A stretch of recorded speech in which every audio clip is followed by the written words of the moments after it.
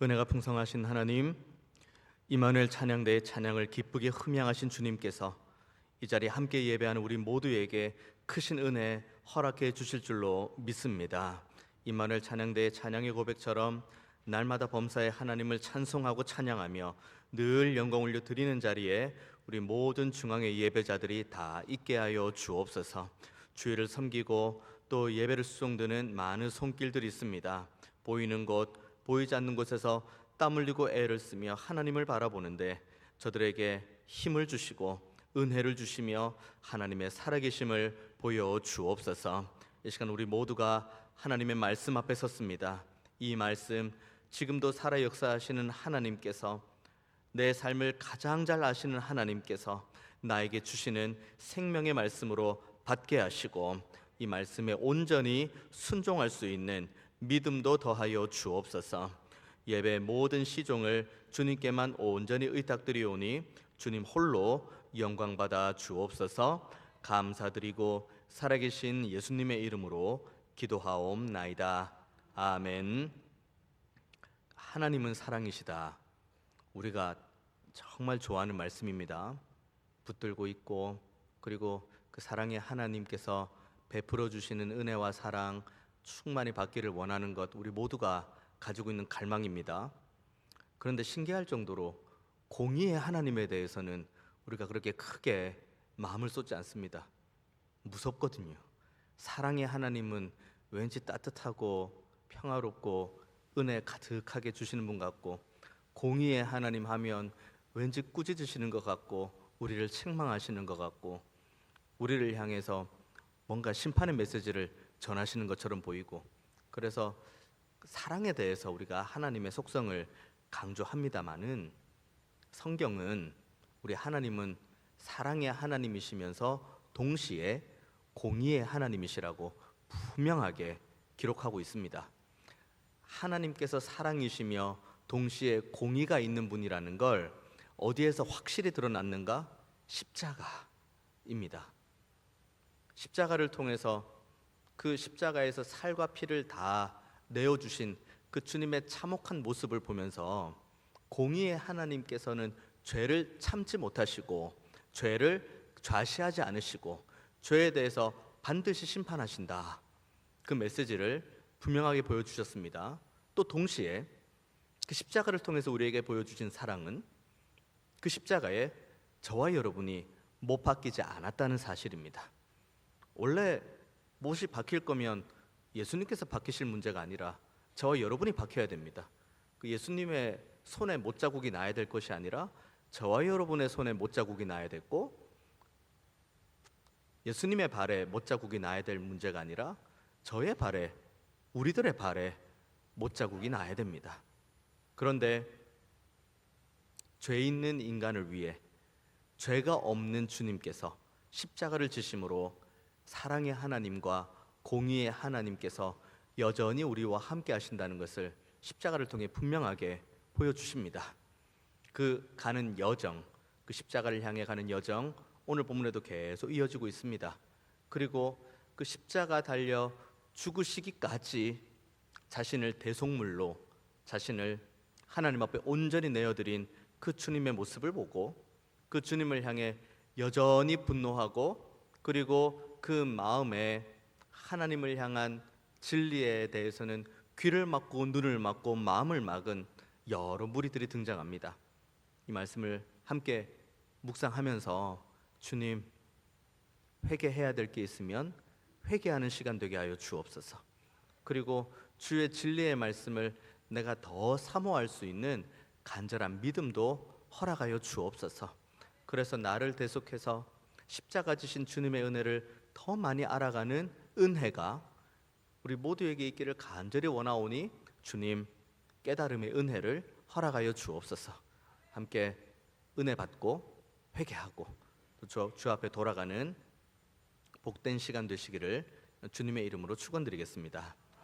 주님께서 죄가 없으시다, 이것은 신약에 있는 모든 내용, 신구약에 있는 모든 내용이 이를 증거하고 있고, 심지어 오늘 본문에도 유대인과 전혀 상관이 없는 로마의 지도자들이 이것을 증거하고 있습니다. 이것이 바로 개혁주의 신학이 말하는 대속의 원리입니다. 대속. 쉽게 이야기해 볼까요? 죄인된 신분을 가진 이는 다른 죄인의 죄를 절대로 대신 질 수 없습니다. 왠지 아십니까? 내가 죄인인데 누가 누구 죄를 집니까? 내가 죄를 가지고 있는데 누가 누구 죄를 책임집니까? 수많은 피해 제사들, 레위기에 제정되어 있는 속죄제, 화목제, 번제, 그리고 수많은 절기들, 그렇게 지켜왔음에도 불구하고 여전히 제자리에 있는 그 인생들, 어떠한 대속물로도 어떠한 것들로도 제도로도 절기로도 여전히 그 자리에 있는 죄인된 인간들, 그 인간들을 위해서 우리 주님, 우리 하나님께서 이 땅에 그분의 독생자를 아낌없이 내어주셨습니다. 그리고 세례 요한의 세례를 받고 그 일어서실 때 하늘에서부터 음성이 들려왔습니다. 이는 내 사랑하는 아들이요, 내가 저를 참 많이 기뻐한다. 그러니까 하늘의 음성, 그러니까 하나님께서 그분의 독생자이신 예수님을 향한 분명한 말씀입니다. 여기에 죄의 요소가 있나요? 우리 주님은 죄가 전혀 없으신 분이십니다. 하나님의 아들이시고 그리고 하나님께서 기뻐하시는 존재예요. 죄가 전혀 없습니다. 그리고 심지어 오늘 본문에도 보십시오. 예수님께서 죄가 전혀 없다는 사실을 오늘 빌라도가 3번에 걸쳐서 이야기를 합니다. 먼저는 우리가 오늘 읽은 본문의 저기 앞단락 보면은 23장 4절의 말씀 이렇게 나와 있죠. 빌라도가 대제사장들과 무리에게 이르되 내가 보니 이 사람에게 죄가 없도다. 첫 번째 나오죠. 그리고 두 번째, 오늘 본문의 14절 말씀 보십시오. 이르되 너희가 이 사람이 백성을 미혹하는 자라 하여 내게 끌고 왔도다. 보라, 내가 너희 앞에서 신문하였으되 너희가 고발하는 일에 대하여 이 사람에게서 죄를 찾지 못하였다. 두 번째 나오죠. 그리고 마지막 세 번째, 오늘 본문의 22절의 말씀. 빌라도가 세 번째 말하되 이 사람이 무슨 악한 일을 하였느냐? 나는 그에게서 죽일 죄를 찾지 못하였나니 때려서 놓으리라. 세 번. 신명기의 율법에는 두세 사람의 증인으로 이 사람의 유죄와 무죄를 결정합니다. 그렇다 하지만 오늘 주님은 무죄입니다. 먼저는 하늘에서부터 음성이 오래전부터 들려왔죠. 이는 내 사랑하는 아들이다. 내가 너를 기뻐한다. 음성 들렸죠. 그리고 오늘 본문에도 두 명의 증인이 있습니다. 헤롯 그리고 빌라도. 그것도 한 번의 증언이 아니라 3번씩이나 증언하죠. 내가 아무리 신문해도 이 사람은 죄가 없다, 너희들이 그렇게 말하는 죽일 죄를 내가 이 예수라는 사람에게서 찾지 못하였다. 이 모든 말씀을 통틀어서 히브리서에는 뭐라고 기록되어 있습니까? 저는 우리와 성정이 같으시되 한 가지 중대한 우리와 인간과 주님과의 분명한 차이가 하나 있는데 그것은 바로 죄가 없는 겁니다. 죄 없으신 분이 죄인인 우리들을 위해서 십자가를 지셨습니다. 요한복음의 말씀, 우리가 너무 사랑하는 말씀이 있죠. 하나님께서 세상을 이처럼 사랑하사 독생자를 주셨으니 이는 그를 믿는 자마다 멸망하지 않고 영생을 얻게 하려 하심이라. 조금 여기서 이 말씀 읽을 때 우리가 이 말씀 사랑하고 암송하고 또 이 말씀을 붙들고 감사함으로 나아갑니다. 그럼 여기서 질문, 세상 누구입니까? 하나님께서 세상을 이처럼 사랑하사 할 때 그 세상 누구입니까? 저기 우리가 얼굴 한 번도 본 적이 없는 저기 아프리카나 어디 저쪽에 오지 선교사님들이 그 복음 들고 산을 넘고 강을 건너 가서 복음을 전하는 그 사람이 여기서 말하는 세상입니까? 물론 맞죠.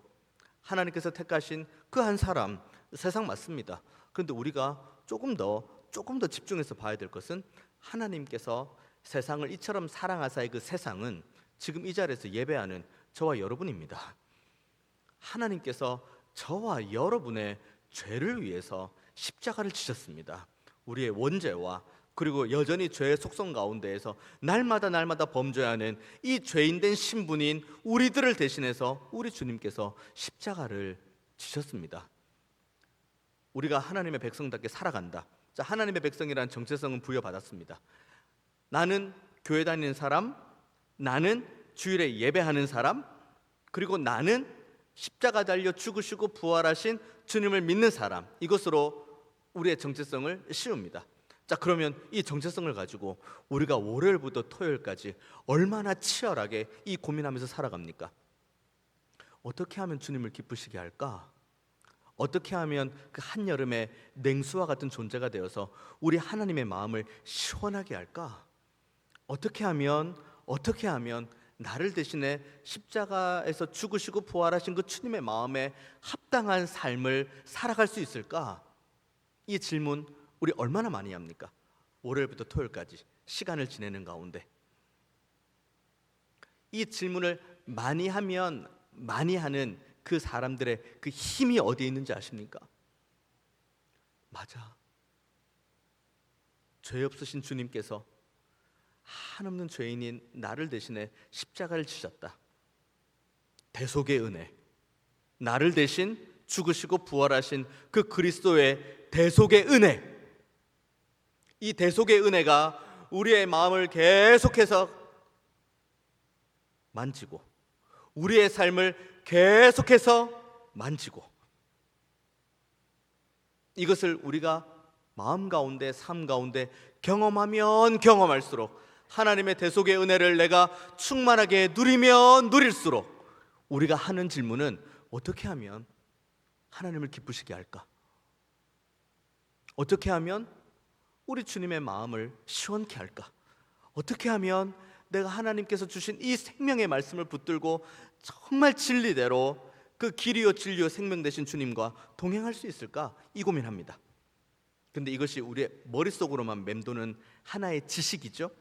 예를 든다면, 그렇지, 주님께서 나 대신 십자가 지셨지, 그렇지, 하나님께서 세상을 이처럼 사랑하셨지, 독생자를 내어주셨지. 이것이 우리의 여기 정과 우리의 의지까지 가지 않고 우리의 머릿속 그 지혜만 머물러 있으면은 우린 질문하지 않습니다. 어떻게 하면 하나님을 기쁘시게 할까? 어떻게 하면 하나님 앞에서 영화로운 삶을 살까에 대한 고민을 하지 않습니다.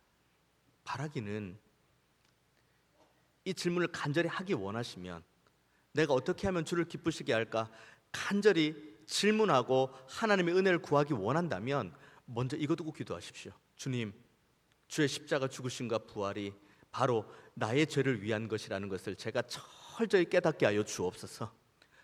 그리스도의 십자가 죽으심과 부활의 그 대속의 은혜가 바로 지금도 나를 향해 있다는 것을 기억할 수 있는 믿음과 은혜를 허락하여 주옵소서. 이 기도할 때 주께서 우리의 입술을 열어서 어떻게 하면 주를 기쁘시게 할까? 어떻게 하면 하나님께 영광 올려드릴까? 이 고민하는 자리, 이 치열하게 하나님 앞에 무릎 꿇는 자리로 우리를 인도해 주실 줄로 믿습니다. 우리보다 앞서 이 질문 한이가 있습니다. 미가 선지서는 그의 서신서 6장 6절에서 8절까지의 말씀에 이렇게 기록하고 있죠. 내가 무엇을 가지고 여호와 앞에 나아가며 높으신 하나님께 경배할까? 내가 번제물로 1년 된 송아지를 가지고 그 앞에 나아갈까? 여호와께서 천천의 순양이나 만만의 강물 같은 기름을 기뻐하실까? 내 허물을 위하여 내 마다들을, 내 영혼의 죄로 말미암아 내 몸의 열매를 드릴까? 질문하죠. 어떻게 할까? 어떻게 하나님께 영광 올려드릴까? 어떻게 하나님 백성답게 살아갈까? 천천의 순양을 가지고 나아가 볼까? 만만의 강물과 같은 기름을 가지고 한번 나아가 볼까?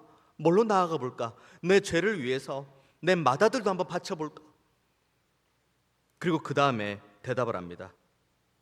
사람아, 주께서 선한 것이 무엇임을 내게 보이셨나니 여호와께서 내게 구하시는 것은 오직 정의를 행하며 인자를 사랑하며 겸손하게 내 하나님과 함께 행하는 것이 아니냐. 세 가지 말씀하시죠. 정의를 행하고 인자를 사랑하고 겸손히 하나님과 행하는 것. 정의 뭡니까? 주님 다시 오실 때까지 영원히 변치 않는 하나님의 말씀. 다시 말하면 정의를 행하는 것, 뭘 행하는 겁니까? 하나님의 말씀을 온전히 행하는 삶. 인자를 사랑하는 것. 인자 누굽니까? 나 대신 십자가 지신 그 주님을 깊이 사랑하는 겁니다. 그리고 겸손하게 하나님과 행하는 것. 하나님보다 앞서지도 않고 하나님 앞에 내 뜻을 주장하지도 않고, 주님 말씀하여 주옵소서. 주의 종이 듣겠나이다. 주님 말씀하시면 제가 나아가겠습니다. 푸른 풀밭, 쉴만한 물가로도 주님 인도하시면 나아가겠고, 사망의 음침한 골짜기, 눈물 골짜기 가운데에서도 주님이 인도하시면 그 은혜 가운데 제가 나아가겠습니다. 이것이 여기 미가 선지자가 고백한 것, 정의를 행하며 인자를 사랑하며 겸손히 내 하나님과 함께 행하는 것입니다. 시대에 뒤떨어진다는 말 어울리지 않아요? 아이고, 인자가 웬 말이고, 그리고 뭐 정의가 웬 말이며, 그리고 겸손이란 단어가 웬 말인가? 시대에 뒤떨어지는 말, 아무짝에도 쓸모없는 말처럼 보이지만 이 말씀이 우리를 살리는 진리의 말씀이라는 것을 꼭 기억하는 은혜 있게 되기를 원합니다. 무엇보다 하나님께서 우리로 하여금 정의를 행하고, 그리고 인자를 사랑하고, 그리고 겸손하게 하나님과 행할 수 있도록 하나님께서 우리를 불러주셨어요. 우리가 하나님, 제가 정의를 행하기 원합니다. 제가 인자를 더 많이 사랑하기 원합니다. 제가 겸손하게 하나님과 행하기 원합니다 라고 우리가 간구하고 기도할 때 하나님께서 은혜 주셔서 우리에게 구원의 약속을 허락하신 것이 아니라 먼저 하나님께서 우리에게 구원의 은혜를 허락해 주셨어요. 대속의 은혜를 우리에게 약속해 주신 겁니다. 그러면 우리가 정의를 행하는 것, 선택의 문제가 아닙니다. 내가 말씀 읽을까 말까, 내가 기도할까 말까, 내가 이웃을 사랑할까 말까, 내가 이웃을 섬길까 말까, 내가 이웃을 용서할까 말까, 이거는 선택의 문제가 아닙니다. 하나님께서 우리를 어떠한 은혜로 선택하셨는지를 기억한다면 우리는 정의를 행하는 것, 행할까 말까 선택하지 않습니다. 나 대신 십자가 지신 주님, 그 인자를 사랑하는 것 선택하지 않습니다. 범사에 하나님 사랑하고, 범사에 하나님께 영광, 범사에 하나님만 바라보는 겸손한 믿음으로 나아갈 수밖에 없습니다. 조금 더 우리가 믿는 그 개혁주의 신학을 한번 용어를 빌려볼까요? 칭의의 은혜를 받았잖아요. 의롭다고 칭해지는 그 칭의의 은혜를 받았잖아요. 그러면 성화의 걸음은 선택권의 문제가 아니고 필수의 문제입니다. 더욱더 거룩한 변화의 삶, 죄 지을 때 슬퍼하고 다시 십자가 앞에 무릎 꿇고, 그리고 다시는 죄 짓지 않고 항상 주님을 사랑하고, 항상 주님을 경외하고, 항상 하나님을 사랑하는 이 믿음의 결단이 선택하고 말고의 문제가 아니라 우리의 입술과 우리의 삶 속에서 끊어지지 아니하게 되기를 주님의 이름으로 축원드립니다.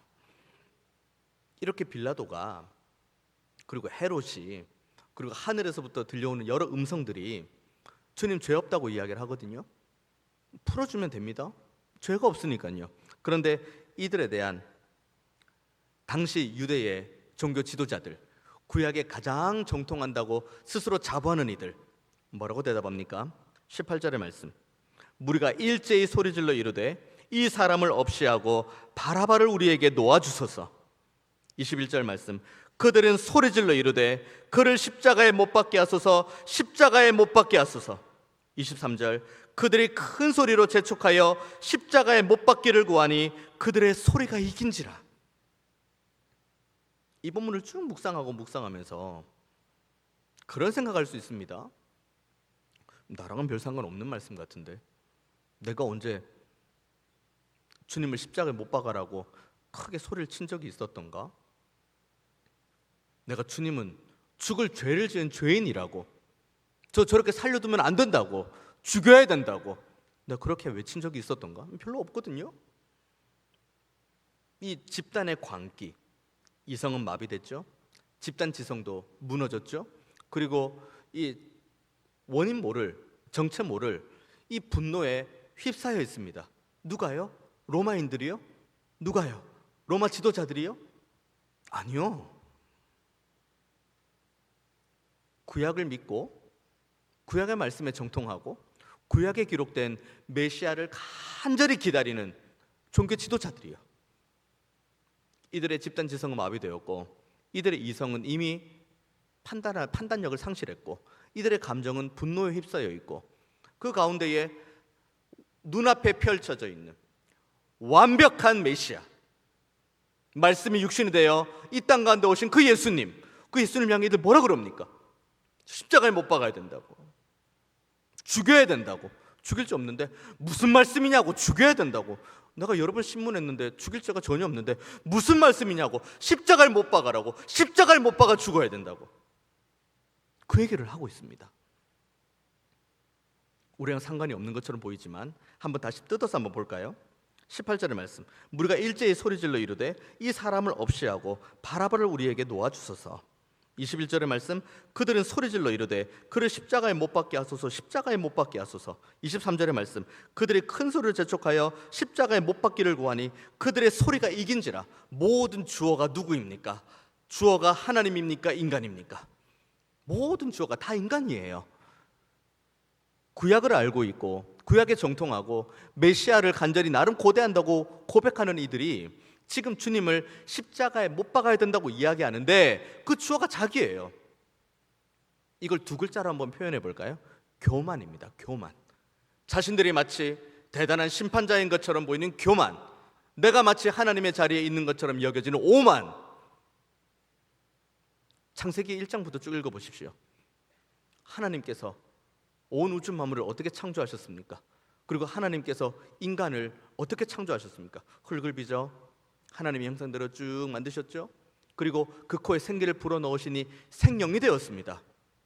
그래서 아담은 하나님의 형상대로 지음받았으니 하나님과 아담이 동급입니까? 이제 나 하나님의 형상대로 지음받았잖아. 그러니까 창조주와 피조물이 동급입니까? 어디 감히요. 하나님은 창조주이시고 아담은 피조물일 뿐입니다. 그런데 그 아담이, 하와가 무슨 소리로 무너졌는지 우린 다 알고 있습니다. 뱀이 유혹하죠.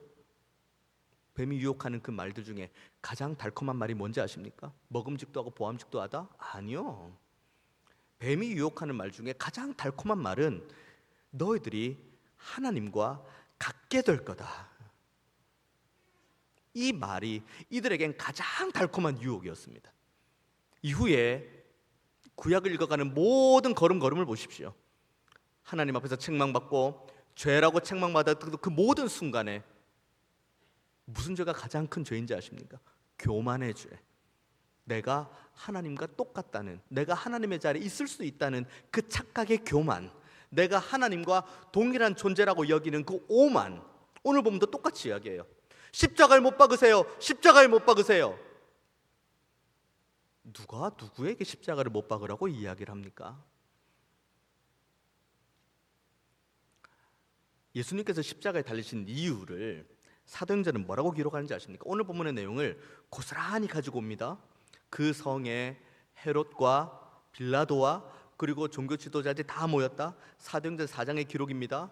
그런데 그렇게 다 모인 다음에 사도행전 4장에는 뭐라고 기록하고 있냐면, 그렇게 다 모인 다음에 하나님의 권능과 뜻대로 이루려고 예정하신 그것을 행하려고 모였다고 이야기합니다. 다시 이야기해 볼까요? 예수님께서 십자가를 지신 것은 인간이 죄 있는 사람입니다, 못 박아야 됩니다, 저 사람은 때려서 보낼 정도가 아닙니다, 저 사람은 반드시 죽여야 됩니다, 사람들이 외쳐가지고 예수님께서 십자가 지신 것이 아니라 하나님의 섭리입니다. 하나님께서 허락하신 것이고 하나님께서 예정하신 것이고 하나님께서 작정하신 거예요. 오늘 본문을 보십시오. 십자가에 못 박아야 된다고, 십자가에 못 박아야 된다고. 빌라도가 말했던 가장 최고의 교만의 말이 뭔지 아십니까? 내가 당신을 십자가에 넘길 권한도 있고 그리고 내어줄 권한도 있다. 빌라도가 한 말입니다. 그렇죠. 빌라도가 자기가 보기에는 자기가 그럴 만한 권한이 있는 것처럼 보이죠. 이것만큼 오만하고 교만하며 내가 하나님과 똑같은 자리에 있다고 스스로 착각하게 하는 말이 없습니다. 우리 어떻습니까?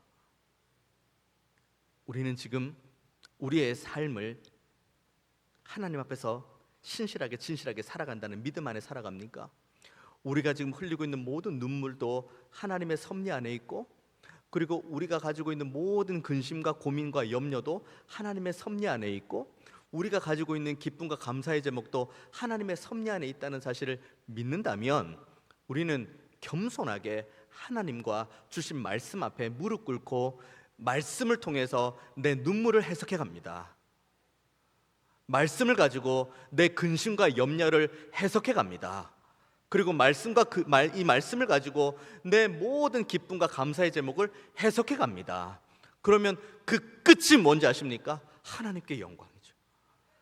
내 평생의 삶이 내가 이 땅 가운데 이미 임한 하나님의 나라에서 하나님의 백성답게 하나님 나라의 천국을 누리며 살아가는 모든 호흡이 하나님의 섭리 안에 있다는 사실을 믿는데, 어떻게 감사하지 않을 수가 있습니까? 어떻게 찬양하지 않을 수가 있습니까? 반면에 오늘 본문에 여러 종교 지도자들과 내가 너를 십자가에 못 박을 권한도 있고 내가 너를 놓아줄 권한도 있다라고 말하는 이 빌라도와 이 헤롯과도 같은 그런 교만 가운데 있다면, 우리의 삶에 다가오는 여러 상황들을 해석해낼 능력이 없습니다. 그냥 기분 좋으면 기분 좋은 거죠. 기분 나쁘면 기분 나쁜 겁니다. 슬픔과 고난이 찾아오면 원망하고 불평합니다. 그러다가 해결이 되면은 또 그런가 보다, 운이 좋은가 보다, 재수가 좋은가 보다, 우연히 이렇게 되었나? 라는 쪽에 머무르죠. 겸손과 교만은 하늘과 땅의 차이입니다. 교만, 내 삶의 주인이 납니다. 내가 재단해야 되고 내가 책임져야 되고 내가 인도에 가야 되죠. 하지만 겸손, 아까 미가가 고백했던 겸손이 하나님과 함께 행할 것이 아니냐라고 했던 그 겸손은 하나님의 섭리를 온전하게 믿는 이들이 보일 수 있는 가장 최고의 열매라는 것을 꼭 기억하는 은혜 있게 되기를 원합니다. 이 말씀을 쭉 묵상하는 가운데 한 가지 본문이 생각났습니다. 마태복음 18장에 나오는 그 1만 달란트를 탕감받은 그 비유, 우리 모두가 알고 있습니다. 1만 달란트. 여러분 1만 달란트가 얼마나 대단한 금액인지 아십니까? 이게 늘 환율이 바뀌고 금 무게가 바뀌고 그러니까 바뀐다고 하지만 대략 조단이에요. 조단위. 억 단위가 아니고 조단위입니다. 우리 중에 그 누구도 은행 가서 조단위 빌려달라고 할 때 빌려줄 수 있는 은행 아무 데도 없습니다. 그런데 그 비유에 1만 달란트, 그러니까 조단위의 빚을 탕감받은 한 사람이 등장합니다. 어떻습니까? 너무 금액이 크니까 놀랍지도 않나 봐요. 그런 거보다 조단위 100만 원 정도면 큰 금액, 조단위면 그런가 보다. 여러분의 표정이 그런 표정입니다. 엄청난 금액을 탕감받고 룰루랄라 하면서 길을 걷습니다. 근데 길에서 누구를 만납니까? 100데나리온을 자기로부터 꾸어간 사람을 만납니다. 100데나리온은 건강한 노동자 한 명이 100일 동안 일했을 때 벌 수 있는 그 노동 삭시입니다. 여러분, 물론 100일 동안 일하는 삭도 적은 금액은 아니죠. 조단이랑 근데 비교가 됩니까? 비교가 안 되죠. 그런데 어떡합니까? 1만 달란트 탕감받은 사람, 그러니까 조단위를 탕감받은 사람이 자기에게 100데나리온 빌린 사람을 향해서 뭐라고 합니까? 무슨 행동을 하죠? 아이고 별거 아니야, 없는 셈 쳐, 나도 방금 큰 은혜 받았어, 안 갚아도 돼, 이랬습니까? 세상에 어떻게 이럴 수가 있나? 그런데 저는 이 본문의 맥락보다 갑자기 궁금한 게 하나가 있었어요. 왜 주님께서 이 비유를 주셨지? 이유는 있을 거 아닙니까? 뜬금없이 이 비유를 주진 않으셨을 거 아니에요. 그래서 마태복음 18장을 한번 찾아봤습니다. 근데 이 비유를 주님께서 주시는 이유가 맨 앞에 나와요. 베드로가 주님께 묻습니다. 주님, 누가 나에게 잘못하면 7번만 용서하면 될까요? 여러분 7번 하니까, 베드로가 7번 하니까 애매하죠. 여러분의 원수 7번 용서할 수 있으십니까? 제가 봤을 땐 베드로도 7번이라면 통 크게 물어본 거예요. 그리고 7번 정도에서 주님께서 대답을 하셨으면 그래 내가 이 약 물고 7번을 용서해보자 그 마음으로 물어봤을 겁니다. 그런데 그렇게 묻는 베드로에게 주님께서 청천벽력과도 같은 말씀을 주시죠. 7번? 아니야. 7번 아니야. 그 다음에 뭐라고 말씀하셨습니까? 7번씩 몇 번요?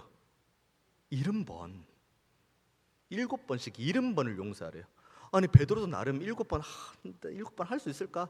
그래도 난 베드로니까 7번 정도는 내가 통 크게 한번 물어봐야죠 라고 했는데 7번씩 70번 총 몇 번입니까? 7 곱하기 70 500번이 살짝 안 되니까 감사하나요? 그러면 자 이걸 문자적으로 한번 접근해 봅시다. 누군가를 용서할 때 한 번 용서했어, 2번 용서했어, 3번 용서했어. 자 490번까지 용서하고 자 이제 다음에 너 한 번만 더 그러면 이제 491번째야. 이제 용서 없어. 주님께서 말씀하신 거야. 주님께서 그 말씀하시려고 이 말씀 주셨을까요? 한 번도 고민해 봤거든요. 이 말씀에 대해서 왜 주님께서 7번을 묻는 베드로에게 7번씩 70번까지라고 말씀을 주셨을까? 또 생각을 해봤습니다. 또 묵상하고 또 고민해 봤어요. 만약에 주님께서 7번씩 70번을 용서할 수 없는 분이라면 베드로에게 7번씩 70번을 용서하라고 하실 수 있을까요? 쉽게 한번 이야기해 볼게요. 제가 여러분들을 용서하는 횟수가 5번입니다. 예를 든다는 거예요. 또 여러분 또 생각하시고 또 우리 목사님이 인내는 5번인가 보다. 자 5번이라고 한번 예를 들어 봅시다. 근데 제가 여러분들에게 여러분 7번 용서하십시오 라고 설교할 수 있습니까? 여러분이 다 아는데 제가 5번이라는 걸 어떻게 제가 여러분들에게 7번 용서하라고 이야기합니까? 그 본문은 물론 용서하라고 7번씩 70번이라도 용서하라고 그 말씀 주신 것도 맞습니다만은 그 본문의 가장 핵심적인 메시지는 내가 이만큼 너희들을 용서하고 내가 이만큼 너희들을 사랑한다는 것을 주님께서 우리에게 보여주시는 메시지입니다. 오늘 본문도 똑같아요. 오늘 주님의 말씀은 한 말씀도 없거든요. 자기들끼리 이야기하고 있는 거예요. 자기들끼리 빌라도, 헤롯, 종교 지도자들 자기들끼리 내 죄 없어. 무슨 말씀이냐고. 죄 있다고. 아니야 죄 없어. 보내줄게. 그냥 때려만 줄게. 아니라고. 십자가를 못 박아야 된다고. 아니 좀 그러니까 대신에 빌라도 내줄게. 대신 빌라도 있잖아. 그럼 선택해. 그러면 차라리 빌라도 내주라고. 자기들끼리 이야기하고 있어요. 그걸 주님께서는 다 보고 계십니다. 이들의 대화를 다 보고 계시고 다 듣고 계십니다. 주님께서 만약에 우리 같은 성정이었으면야 어땠겠습니까? 그런데 주님께서 오늘 이 난리통에 있는 이 상황 가운데서 한 말씀도 안 하세요. 한 말씀도. 이사야 53장의 말씀이 고스란히 성취가 된 겁니다. 그리고 한 말씀도 안 하시면서 1만 달란트를 탕감해 주신 그 은혜를 가지고 지금 저와 여러분을 보고 계세요.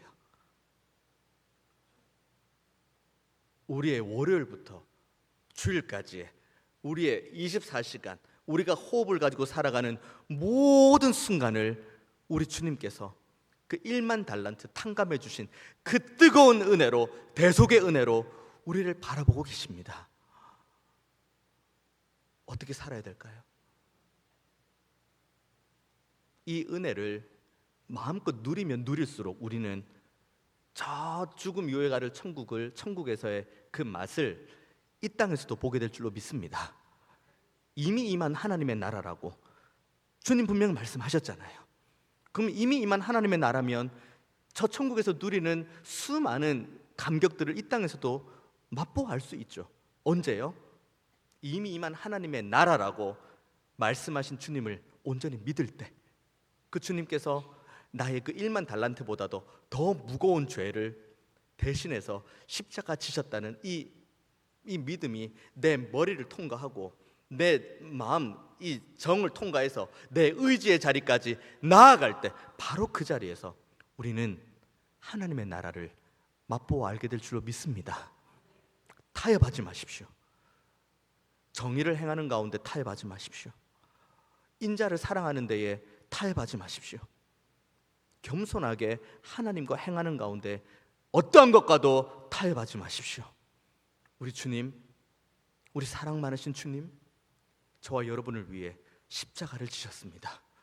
그 은혜로 우리가 지금 이 자리에서 예배하고 살며 기도하고 있다는 것을 늘 기억하고, 오늘도 내일도 영원토록 하늘에서부터 가장 좋은 각양각종의 은사가 내려온다는 것도 기억하시고, 이 땅을 살아가는 호흡 있는 동안 하나님 나라로 누릴 수 있는 풍성함과 충만함을 온전하게 누리는 저와 여러분 모두가 다 되시기를 주님의 이름으로 축원드리겠습니다.